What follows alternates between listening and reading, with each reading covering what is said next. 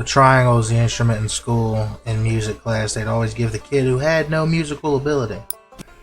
You grab the beater and bring it down onto the triangle, eliciting a pure, resounding note.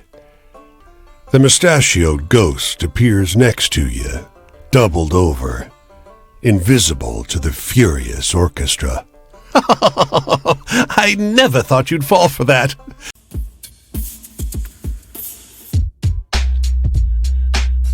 Welcome to the show!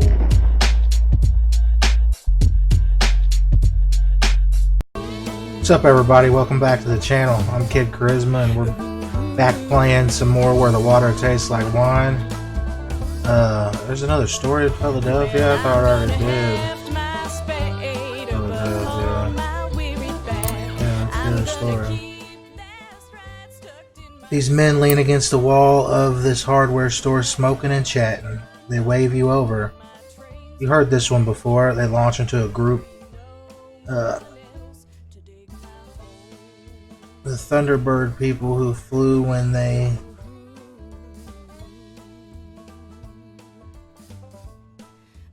launch into a recitation of the Thunderbird people who flew when they fall from heights, interrupting one another in their excitement to tell it. You recognize the story. It's a story of the bridge builders. Someone added to it meantime, though. What do you think? Asked one man. You think it really happened? Yeah. I'm gonna let that one get embellished. The two brothers, though, that weren't actual brothers, that shit's staying is. Kinda wanna talk to this other dude. But I also wanna find more stories. You know what? Let's try out this other guy. I don't think I've ever met this person. I think it's a new person. Nope, Mason. I've never met Mason. My twin brother Paul and I always got into trouble, but we were good. Yeah. We didn't do nothing to anybody until we left. Then we hurt a lot of people. Me, more so than Paul, because he didn't make it through. The march I was on, the bonus army. It's less a bonus and more an acknowledgement of what I've had to suffer. Civilians will never understand. Do you know any happy stories? Hopeful ones? Oh yeah, I should have some.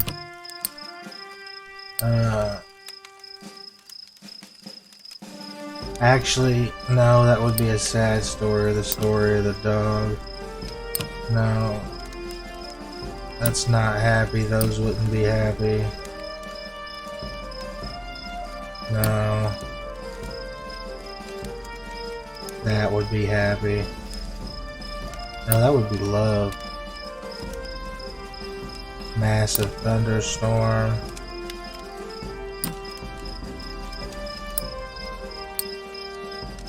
I think that's happy. Yeah, let's try that. Four identical men. Huh. And that's the funniest one you have? What? The past doesn't even feel like it happened. It feels like it's happening in every moment, in every slumber. Yeah? When your memories come back to you, do they clutch at you? At your heart? Know any good jokes? I'm not so good at telling them anymore. Man. You wouldn't... Dude, I haven't ran into a lot of funny things. Yeah, like legit.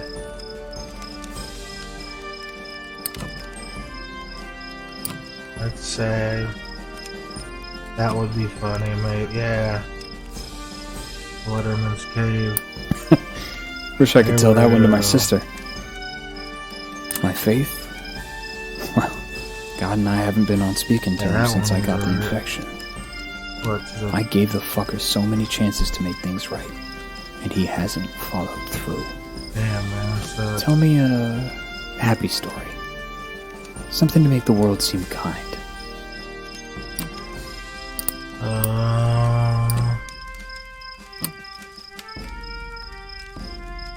I wouldn't be happy. Those wouldn't be happy. Actually, that one might. Probably not. I'm terrible with this, apparently. Yeah. Imprisonment? The more days I check off, the more I'm convinced that birth is an imprisonment. Yeah. I must eat, so I must have money. I must have money, so I must work. It's an inevitable prison. Yeah, it is. Tell me a happy story. Dude, I don't have... I mean... Try that one, a happy love story. That do it for you? For a moment there. Just yeah. a moment. I felt better about it all too. He enjoyed that. I kind of knew he would, but at the same time, I was... Love? Where are you picking at? It was a real long time ago.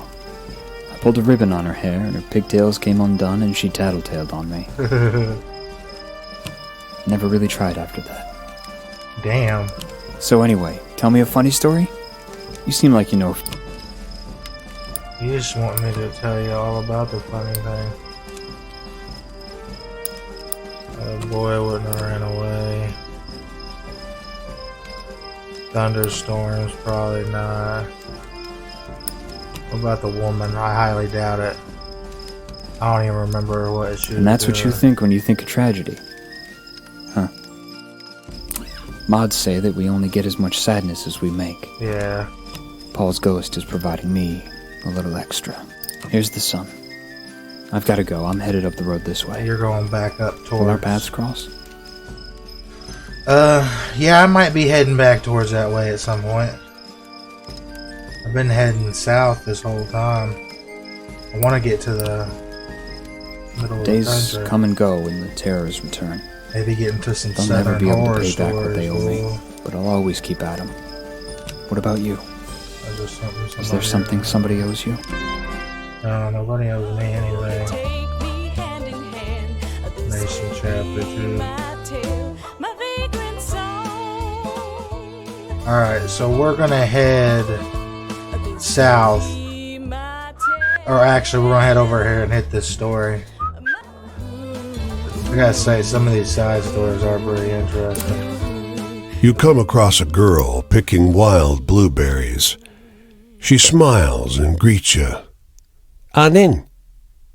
She offers you some from her birch bark basket. Thank You reach in the basket for blueberries, but pull out a handful of small, smooth stones, all the colors of the rainbow. The snickering girl runs into the trees as fast and light as a rabbit. I kind of don't want to throw them. I'll drop The them. stones tumble from your hand and hit the ground, instantly turning black as the night. Your heart leaps in surprise. Yeah, I kind of wanted to keep them. Alright, I see a story. No, that's a campfire way over there. Oh, I see some stories too. Yeah, let's head that way. I don't know, let's just hit some more stories. We got going on here in Pittsburgh. The hotel is an old manor house that's seen better days.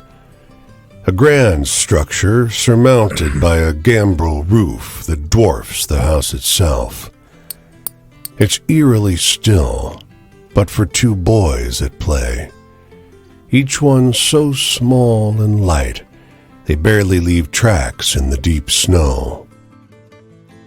I'm gonna go in. The clerk behind the counter is old, and your room key is worn. But night approaches, and the price is low.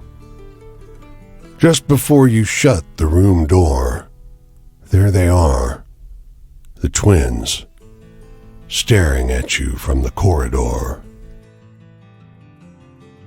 In the morning, as you leave, the clerk asks, "Did you sleep well?" I'm gonna tell the truth. Too tired to lie, you tell him about the noise outside your door, the trampling of small feet on the corridor outside, the dreams disturbed with violent and hideous images. "That's odd. he says, weak-eyed. There are no children staying with us. Damn. Kind of reminds me of The Shining.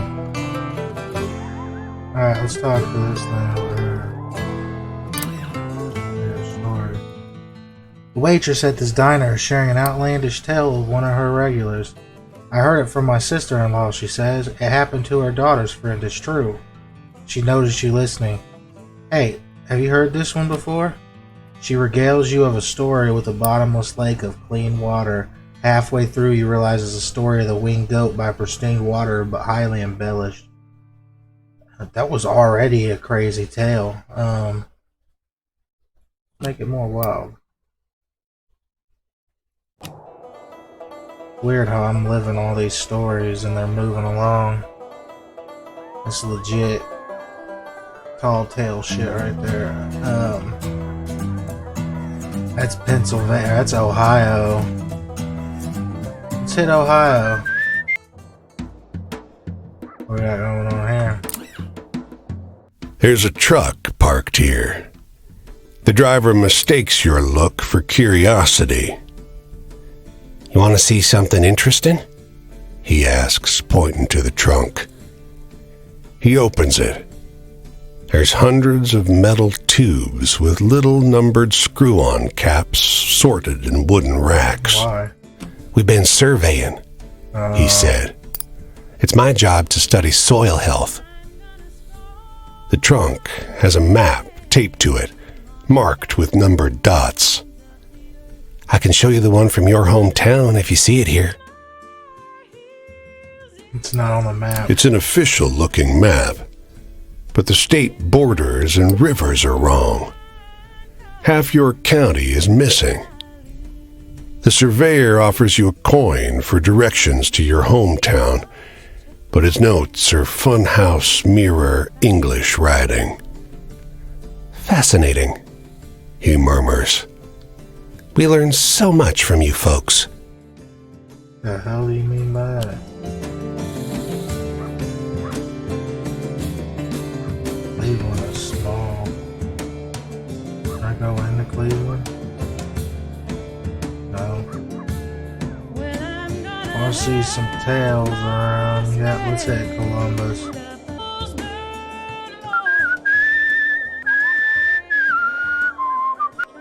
Alright, what do we got here?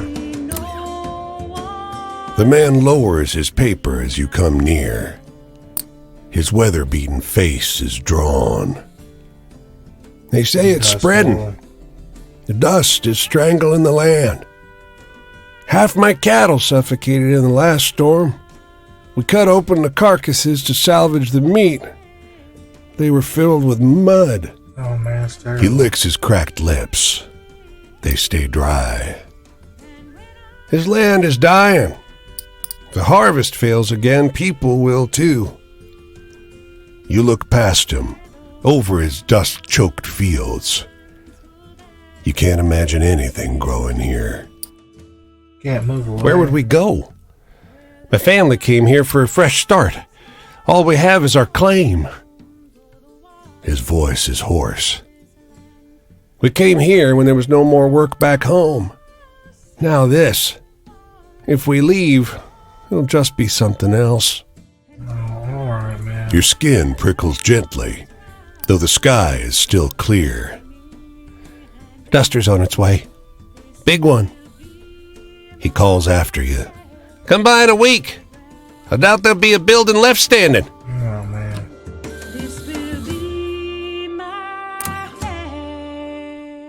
Break time at the half-finished bridge. The workers are gathering around a young man who sits on a bucket like a king. They listen rapidly to his story about the dead woman in the yellow ribbon. Man, she was alive. You realize it's the story of the elegant woman in the small town but heavily embellished. The young man on the bucket tells it massively, doing all the voices as if he told it the way 1,000 times before. It's nothing close to what actually happened, but this version's pretty good. See, I see. So he's just going to accept that one. I had no choice.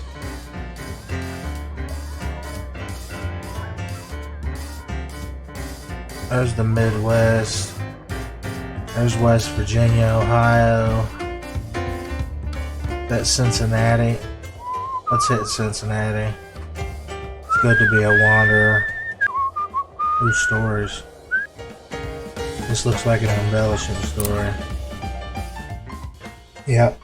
The bar is crowded with people from every walks of life. Businessmen, young men in muddy overalls, and a crowd of girls in slinky dresses, preparing their blood alcohol content for a night on the town. But it's the quaint, sharp-eyed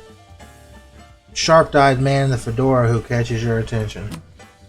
He launches into a wild story about the Leatherman, whose ghost haunt Cincinnati, whose ghost haunt Connecticut. Halfway through, he stops, recognizing the look on your face. You know this one? You tell him the story about the Leatherman's cave. That's it. I think it's more mine now, or it's more like mine more.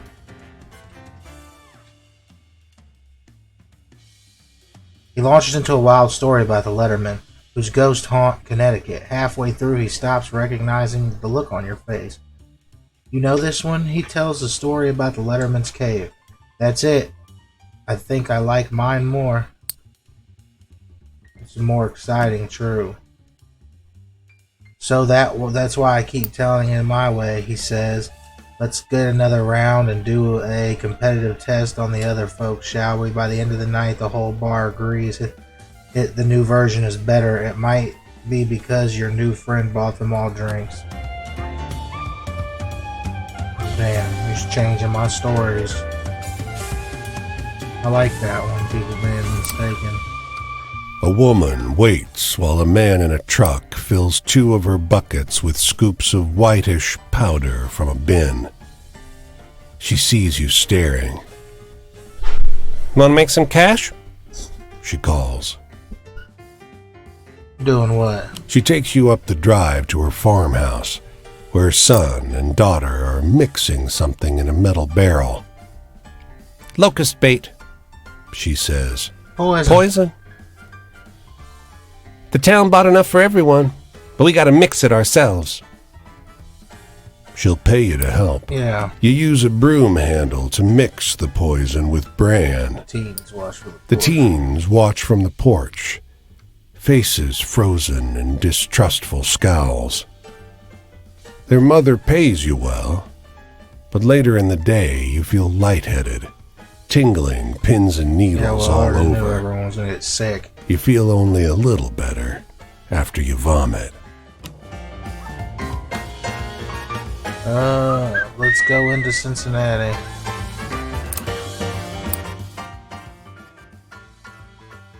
The corridors of Cincinnati's music hall reverberate with the sounds of an orchestra warming up for rehearsal. If we unbolt the light rig, we can crush 'em, says a voice up ahead. No, another answers. Hiding Baldy's baton will be sufficient to stop the din. What? The tuxedoed men are slightly transparent. Mustachio on the right has his arms folded. The weaselly one on the left scowls. They start at your arrival. I'm gonna undo those bolts. Weasel feature vanishes into thin air. Damn it all, says the other man. We used to be members of the orchestra until, well, you know. Patrick doesn't care for the new blood. It seems like talent died with us, so he does his damnedest to stop them playing. But I can't allow violence against fellow artists. Help me stop him. How do I stop a ghost? With the right tool, you can banish them from the hall. You see, no spirit can stand the sound of the purest of all instruments. Violin. No. Banjo? No. Saskatoon? No. Octobass? He shakes his head, exasperated. No. The triangle. What the hell? The orchestra has one, but their percussionist's a sop. The triangle. He never hits it right. If you can get there, you can ensure the only thing brutalized here today is Chopin. The triangle. The orchestra is midway through practice. The triangle. They're in dire need of it. The percussionist dozes on his stool. Everyone's oblivious to the muttering from the lighting rig. The triangle is the instrument in school. In music class, they'd always give the kid who had no musical ability. You sprint down the aisle and elbow through the incensed musicians. The percussionist falls off his stool as you clamber over his xylophone. You grab the beater and bring it down onto the triangle, eliciting a pure, resounding note. And yes, the rafters ring with laughter. The mustachioed ghost appears next to you, doubled over, invisible to the furious orchestra. I never thought you'd fall for that. The triangle, for God's sake. Thanks for shutting them up, though. Got swindled by a damn ghost. They used to call this place the Paris of America. It's fitting. The new Union Station makes you feel like an ant, and the music hall is a hell of a place to look at, too. Earn money. Panhandle always. Sit outside a grocery store with your hat out until a young man in an apron quietly asks you to leave. My mom says she's gonna come out and kick your ass, he whispers. Let her try. Please, the kid whispers, dig around in the pocket and come up with a couple coins. He throws them into the hat and again begs you to go. No. Kid hurries back inside. You lounge outside and watch folks go by. A few more coins land in your hat. The sun's warm. People are friendly. It's almost relaxing. You wake up suddenly with an ass-kicking mom flings you over the nearest hedge. Get out, she bellows. Your hat and your coins follow, scratching into the grass. Tower, blood-smearing butcher who threw them stomps back into the store. I made some extra money. Fried chicken. I'll buy a cola.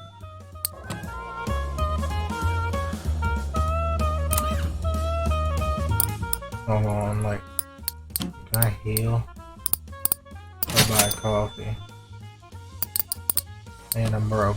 Alright, Half-Life sucks. Where am I? Right here on the state line. Alright. Kinda nice, it kinda tells you my path across America. And where I zigzagged back and forth. Yeah, I kinda wanna head back towards the kid. Yeah. And that's going to do it for this episode. If you enjoyed it like I did, be sure to subscribe and hit the bell so you can be notified of what awesomeness I'm getting into. And make sure to drop a like on what you like so I can give the people what they want. And try these tasty nuggies off to the side. Damn it, Bane. Get out of here. Peace, y'all.